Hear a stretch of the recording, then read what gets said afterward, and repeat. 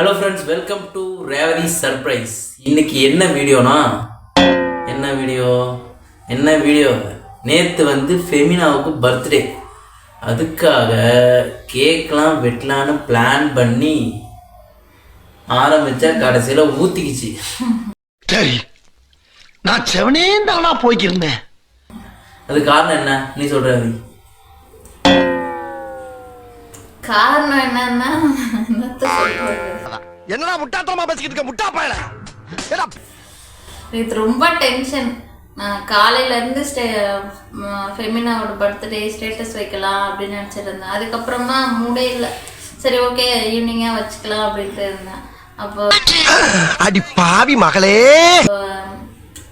இவங்க ட்ரெஸ் எடுக்கலாம் கிளம்பி வர. நாங்க 3 மணில இருந்து கிளம்பி உட்காந்துருக்கேன். ரொம்ப டென்ஷன் ஆயிடுச்சு. அப்புறம் வந்தோடனே ட்ரெஸ் எடுக்க போகலான்னு இவங்க கூப்பிட்டாங்க. எனக்கு ரொம்ப டென்ஷன், நான் வரலன்னு சொல்லிட்டேன். சரி, ஓகே, ட்ரெஸ்ஸு எடுத்துகிட்டு வந்துட்டாங்க. ட்ரெஸ்ஸு போயிட்டு இவங்களே போய் தனியாக போய் ட்ரெஸ்ஸு கேக்கு எல்லாமே. நான் வந்து மதியமே வந்து நான் சொல்லிட்டேன் முன்னாடினாலே, நாளைக்கு மதியமாக வந்து ட்ரெஸ் எடுக்க போகலான்னு. அதே மாதிரி நான் மதியம்லாம் வந்து ரேவதி லஞ்ச் டைமில் வந்து வேலைக்கு போயிட்டு லஞ்ச் டைமில் வந்து ரேவதி ட்ரெஸ் எடுக்க போனால் ரெடியாக இரு அப்படின்னு நான் காலையிலே சொல்லிட்டு போனேன். ஆனால் இவங்க வந்துட்டு இல்லை, எனக்கு கொஞ்சம் வேலை இருக்குது, ஒரு 3 மணிலேருந்து 4 மணிக்குள்ளே நான் கிளம்பிட்டு ஃபோன் பண்ணுறேன், அப்புறமா போய் எடுத்துக்கலான்னு சொன்னது யார்? இவர் சொன்னார். ஆனால் நான் இவங்களுக்கு ஒரே நிமிஷம், நான் பொண்ணை பக்கத்துனா பொறுக்கிய பத்து விட்டுருக்காங்க. இவங்களுக்காக நான் வந்து கடையில் வந்து எல்லா ஒர்க்கும் முடிச்சுட்டு எல்லாம் எப்படியும் ஃபோன் வரும்னு நான் 4:30 3 மணிலேருந்து நான் வெயிட் பண்ணுறேன். எல்லா வீடியோவும் எடிட் பண்ணிட்டு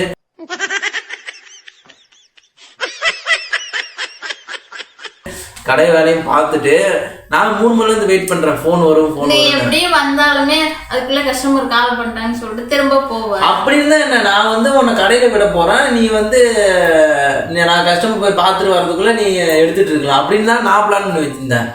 இது ஃபோன் பண்ணி திரும்ப ஃபோன் பண்ணி 3:30 4 மணிக்கு ஃபோன் பண்ணேன்.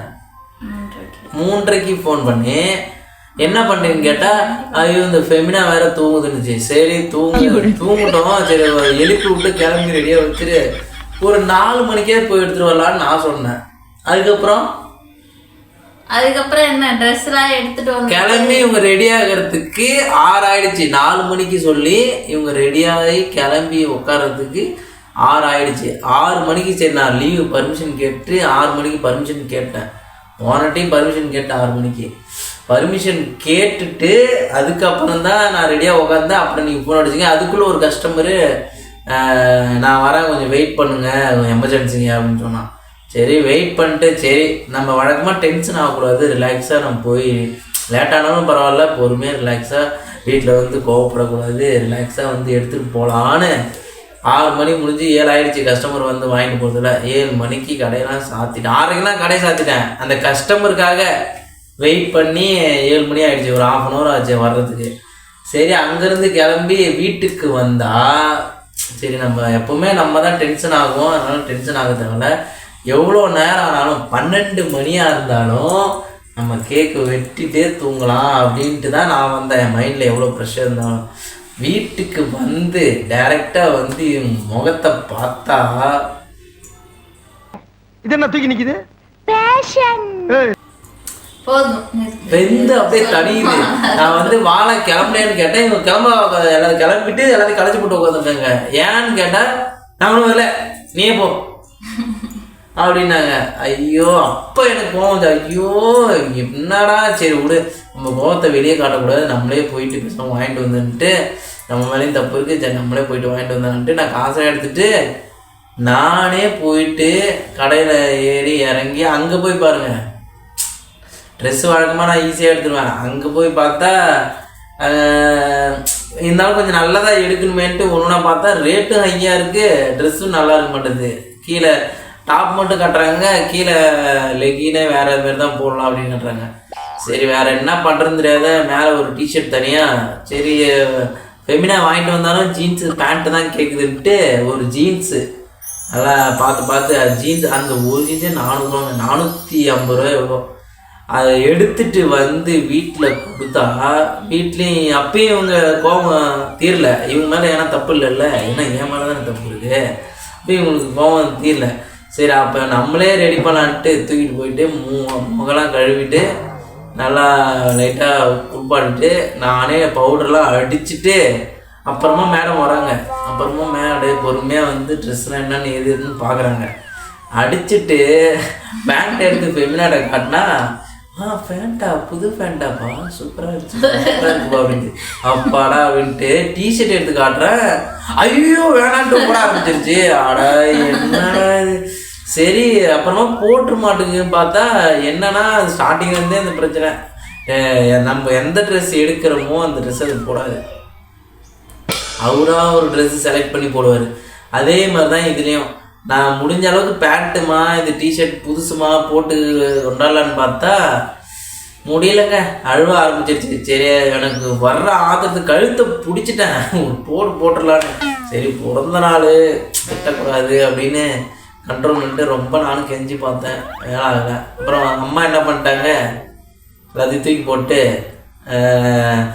என்ன பிள்ளை அப்படின்ட்டு வெளியே போய் உட்காந்துட்டாங்க.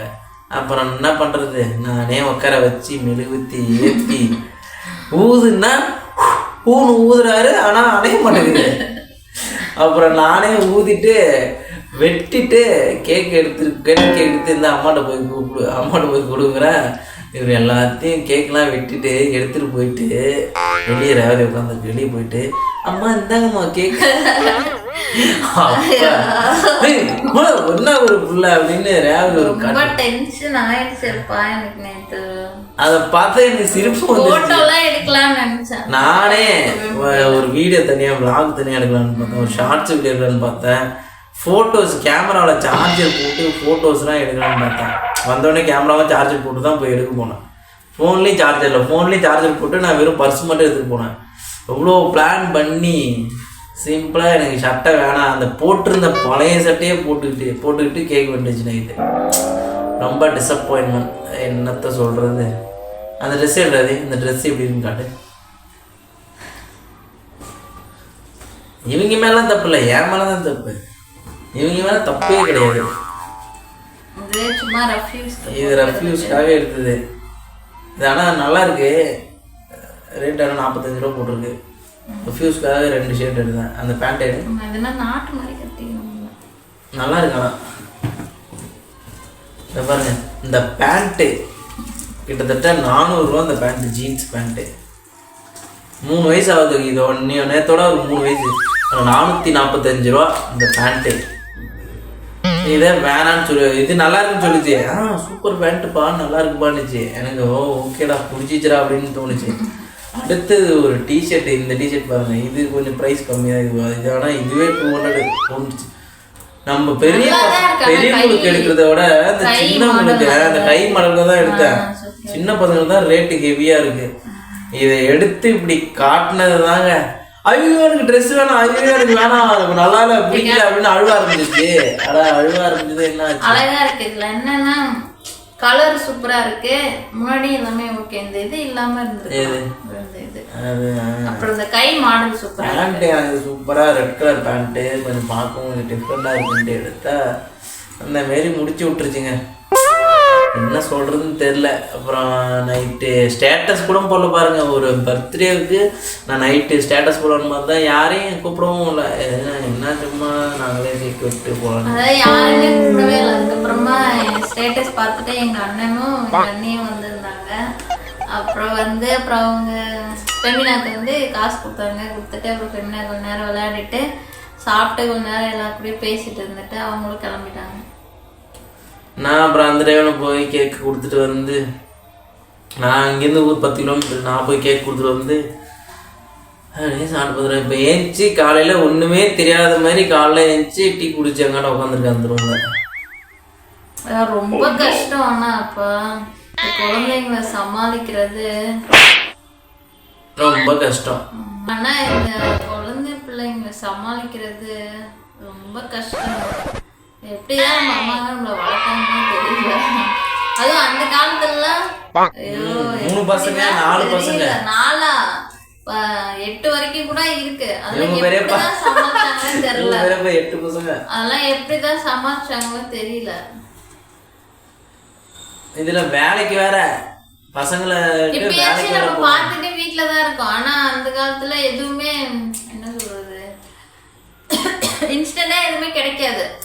எல்லாத்தையுமே போய் செஞ்சுட்டு இருந்தோம். மிளகா அரைக்கிறது, அதெல்லாம் வேலைக்கும் போகணும், குழந்தைங்களையும் பார்த்துக்கணும். இப்போ எல்லாமே இருந்துமே நம்மளால பார்த்துக்கிறது அவ்வளோ கஷ்டமா இருக்கு. உண்மையிலே நம்ம அம்மாக்கள்லாம் ஒரு பெரிய சல்யூட்டே கொடுக்கணுங்க. குழந்தையும் பார்த்துக்கிட்டு வேலைக்கும் போய்கிட்டு, ஐயோ அதெல்லாம் ரொம்ப கஷ்டங்க. இந்த வீடியோ யாராவது அம்மாக்கள் பார்த்துருந்தாங்கன்னா ரொம்ப தேங்க்ஸ்மா. உங்களுக்குலாம் ரொம்ப என்ன சொல்றது, ரொம்ப நன்றி. உங்களுக்கு எவ்வளோ சொன்னாலும் பேரண்ட்ஸ் கிரேட் தான். அந்த காலத்து பேரண்ட்ஸ் கிரேட் தான். இந்த காலத்து பேரண்ட்ஸு ஒரே ஒன்று தாங்க வச்சுருக்கோம். அந்த ஒன்றை சமாளிக்க முடியல. என்ன சொல்கிறது, அவ்வளோதாங்க. மேலும் அடுத்த வீடியோவில் நீ தான் பேசுறீங்க, நெக்ஸ்ட் வீடியோவில் பார்க்கலாம். அவ்வளோதான். பிறந்தநாள் ஆக மாதம் ராம்சாமி கொடுத்த பணம் அந்த மாதிரி பிறந்தநாள் நேற்று அந்த மாதிரி போச்சு.